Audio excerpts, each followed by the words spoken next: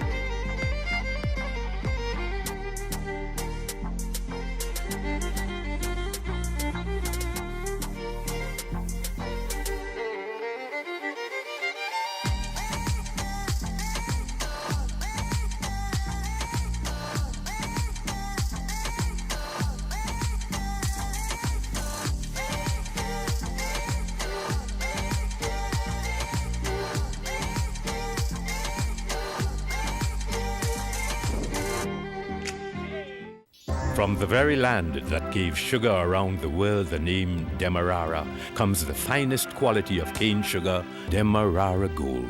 Enjoy the real thing from the original source, the rich, fertile Demerara coastline where sugarcane has been harvested since the mid-17th century. The result is here for you to enjoy.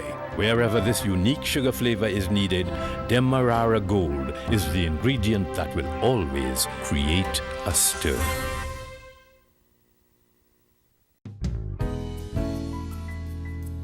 To former employees, here's an opportunity to become a tradesman certified by the Board of Industrial Training through the GuySuCo Training Center. In partnership with the Ministry of Natural Resources, the GuySuCo Training Center at Port Morant will offer basic technical training in refrigeration, electrical installation, welding and fabrication, and motor vehicular servicing and repairs.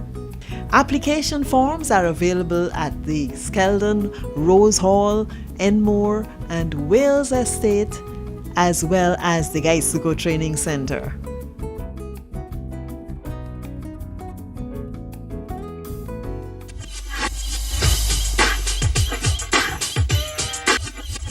Welcome back. Preparations have commenced towards the achievement of the second crops target for the year 2018. In agriculture, which is the genesis of the sugarcane process into sugar, research is pivotal. Technologies have already met for reflections as strategies are developed. All the estates, not only Vermont, but have suffered in some ways or another with regards to weather, this brings us to our crops, and regards to the availability and utilization of the tractors that we do have. And we are working towards improving the street, and it is expected, it actually was expected that by this year we have an improvement. We have to find ways and means of working around our issues. And I dare say again, for all the estates, I know that they will have a similar problem, right? Not probably necessarily as bad as Vermont, but at least none of us, I'm sure, has the amount of tractors that we require. In terms of varieties, I'm happy that we are moving ahead with our breeding program. I have this thing up here because I look at this particular variety, I like looking at it. Right now it's there, Miss Maxine. I don't know when we'll have some of it, and I think we're trying to plant some now in the nurseries and so on. But we are moving ahead with the breeding program. I'm happy about that. I think this year, 1924, is becoming commercial. Even at Blairmount, but again at Blairmount, we've not been planting, so our progress with that is going to be a little delayed. All right? But there are a lot of other good varieties coming along. Some of the 04s and 03s looking very good. And I believe with those varieties on board, that would assist us in getting to where we need to be. Right? I mentioned that Blairmouth will normally have about 78 to 82 tons skin per acre in the first crop. But in the second crop, Blairmouth's yield as much as 97 tons skin per acre. Right? So if we can get back to those days, I believe it will be productive. Apart from that, the value-added program and for Albion and IFLOT, the cogeneration plan and so on, all those will help in making the 3 estates viable, or at least self-sufficient. This meeting, we want to focus on some major issues that have affected Blairmouth and the industry in general. Blairmouth estates has actually declined very rapidly, and I mean, look through all the various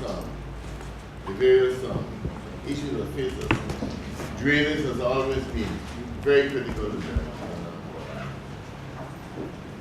I recall many years ago when the estate appeared to have not quite as bad a performance as this. The estate management at the time took the time to actually excavate all the sidelines and facades and did the infeed drainage. And we actually got a 5,000 km per hectare increase in yield. We expect, given what the potential of this estate is, to reach the same kind of result. In addition to which we have to do our tillage. I know that planting and replanting has always been an issue, but we have to face that the tillage prime movers and implements we have are not in the best of condition. So we really desperately need the investments that are programmed with this 3-year plan. We will, however, have to make do with what we have, and therefore it behoves us all to use the equipment we have to the best we could, and to time our operations at the right time. In the sense, we do our tillage under the best conditions, we do our fertilizing, which has been an issue, at the best time and the best way, and do our weed control. I think with those good management practices, we will do a lot better than where we are doing right now. The other areas we want to look at is, again, take attention to the state of our infrastructure. We are looking at different methods of building roads. The reason for that is that our practices over the last few years have resulted in a serious deterioration of our infrastructure. I don't think it's realized how bad our roads and conditions are. And apart from that, they're not only bad, they're deteriorated to the point where they've lost strength.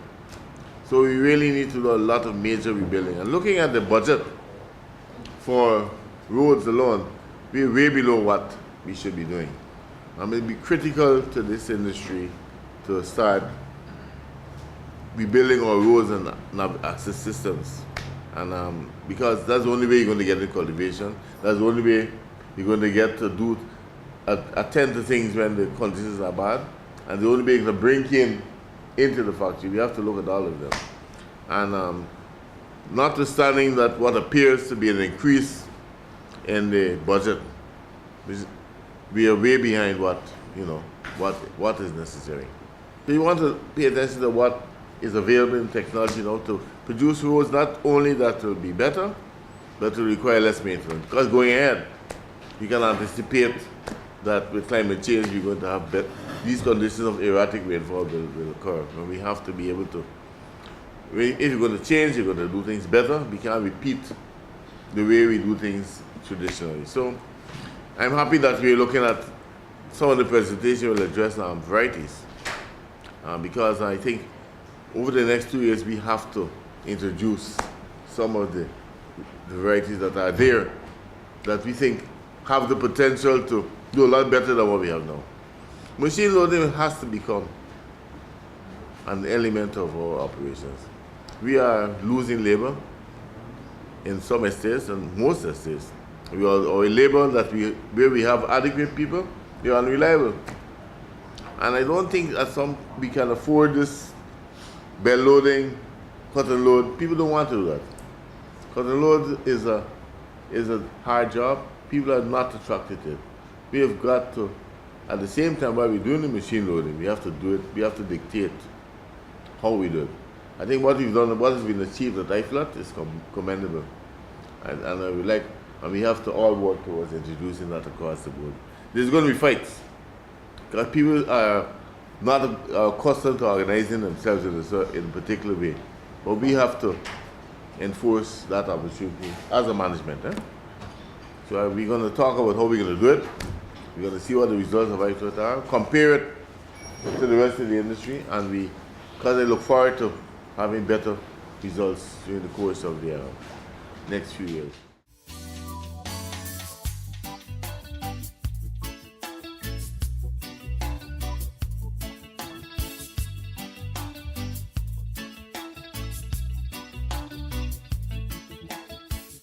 If you want to 10 block, 41 hectares, 15 ratoon rising, the last seal, 58 tons per hectare.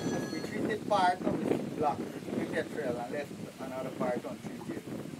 We've seen the results for the head trail, and not only in this blocks, in other blocks over the years. So the benefits of head trail is well known.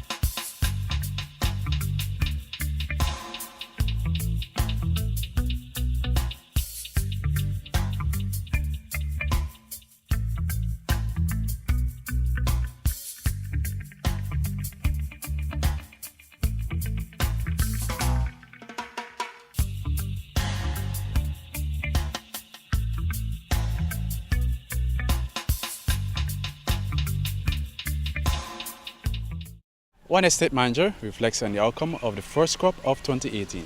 So we have 58% of our cane fertilized 5 weeks and more. We went on the flood, we could not continue. The second crop went right on to December the previous year. We started, we haven't that much turnout, and then we go into the first crop. We suffer the kind of problem. Poor attendance also by harvesters that extended the crop, right? Into the rains, frequent downtime of cane transport and other resources, that affected the first crop in 2017. Now, when we commenced this first crop 2018, we had some constraint which I need to highlight and we need to sort it out, right? Drag chain was a serious issue for cane transport tractors. Poor condition of dam in the latter part, right, which also affected the BGI. Workers reaching later back, increased deviance payment, even carrying punter back to see the SPU people. We never really cater for that amount of cane and trafficking during the heavy rainfall. Our infrastructure is not even catered for that amount of cane to come from the long distance at Rosal. 70% of our right program was achieved. 2 programs affected due to unavailability of aircraft. I think Lucy mentioned that. And the timing for 943 hectares went out.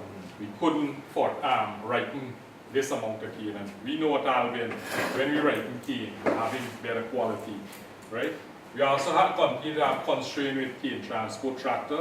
Out of 22, we only operated with 16 cane transport tractors, right? We still continue to have some element of problem with the front tires and also rear tires. We managed to move somewhere with the help of the center, to Mr. Andre and Doc, but we are not in a comfort zone as yet. I know we'll never be comfortable, but this is an area because of the size of Alvin Fort Moran, right?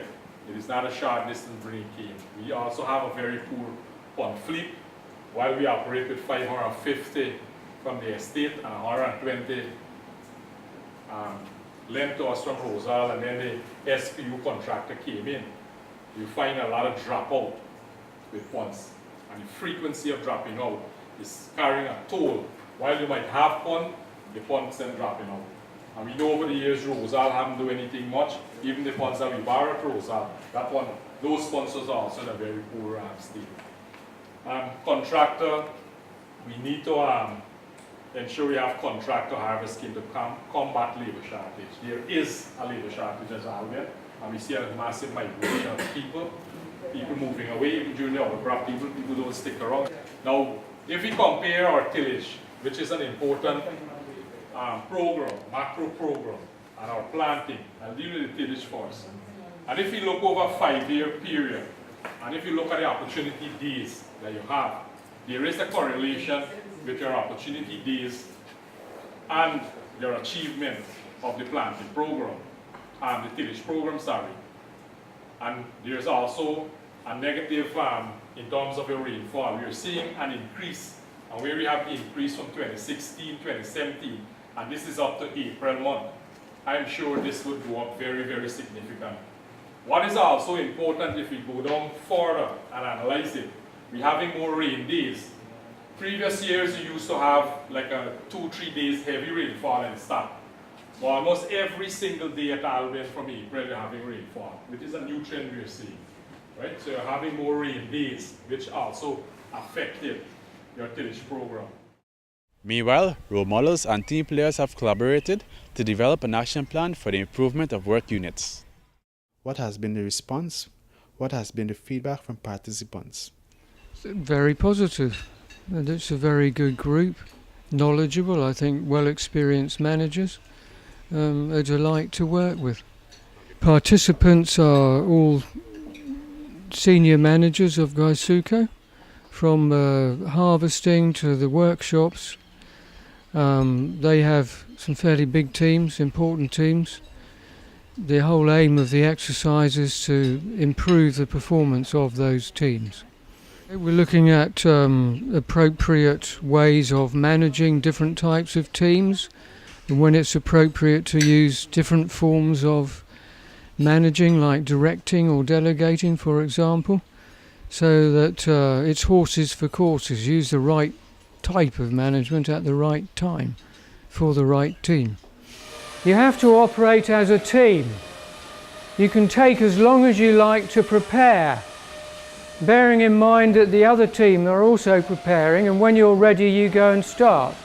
So I'm not going to say 5 minutes to plan it or 10 minutes, it's when you're ready you start. So if you get yourselves ready quicker than the other team, you can go and start. And the race is to get everybody on your team through the maze. Okay? Each one of these squares has a landmine underneath it, and you've got to step on the right square. So I know that I'm all right if I stand there. Now where do I go next? So we don't know, so you have to try. I will be down that end with the other team. Nolan will be down the other end, and if you step on the wrong one, the equivalent of the landmine going off is we say stop. And then you have to back off the maze in the order that you came on. So if you've got out to here somewhere and you step on the wrong square, you've got to go back the way you came, otherwise you tread on the landmines. Now you can prepare and talk to each other while you're preparing. When you start, it's silence. You're not allowed to talk to each other once you start your trip across the maze. You can use signals, polite signals, okay, to help each other. So how you do that's up to you. It's an obvious way where you should stand and all that, but you've got to work that out yourselves. And the challenge is to get your whole team through one at a time, only one person on the maze at a time. When you've got them all through on the right passage, you're at the other end, you've done the job.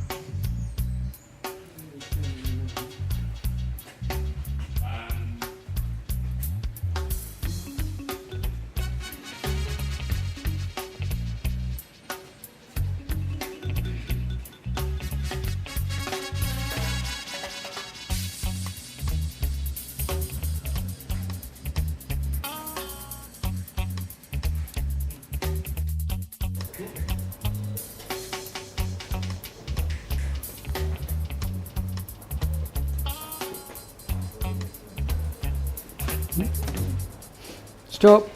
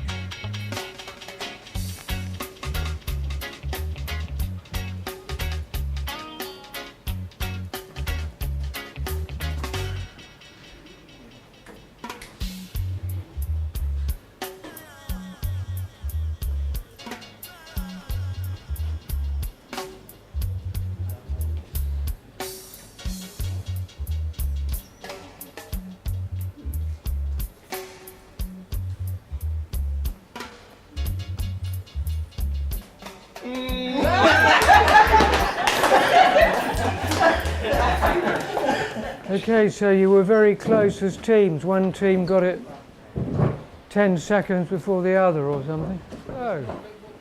What do we learn from the exercise that we apply to real life? Teamwork. Communicating to start, preparing. Focusing during doing the job. We'll see a bit more about focus later on. I think focusing is so important. How do you know how long the average attention span is? You all know people whom you think have a good attention span. 5 minutes? 45 minutes. It's about 2 actually. It's 2 minutes. What makes them good is because they have this ability to pull themselves back quickly. So you're sitting in a room somewhere, I don't know, whatever you're doing, bird lands on the windowsill, and you're back. Whereas the person who doesn't do that is less well focused and concentrated than you, but it's about 2 minutes. And also you were talking about treading, you Errol, I think, treading the path. And it's exactly how we learn new things and how we develop habits. Because in our brain we've got all these things called neurons, not morons, neurons, all right? And when you do something, so I tell you that my middle name is Charles, there's a new piece of knowledge. Now your neurons associated with that have just made it what they call a little neural pathway for the first time. If I keep reminding you that it's Charles, it becomes like a field of long grass, and gradually we keep getting the same neural pathways until it's a well-worn pathway, and that's how you learn. That's how you start to learn. And things like smoking become a habit. You know, all the ritual that goes with smoking, taking off the crinkly paper, opening it up, tap, tap, tap, all that, all embedded deeply in there, which is why when you try to change a habit, you've got to undo these neural pathways. It takes at least 30 days before you can change your habit. So anything you're going to do as a result of this workshop, you're going to have to keep practicing all the time, because otherwise you don't get these well-bedded neural pathways. And with that, we've come to the end of this week's program of GuySuCo Roundup. Thank you for spending time with us, and do join us again next week. I'm your host, Curtis Hital. Goodbye.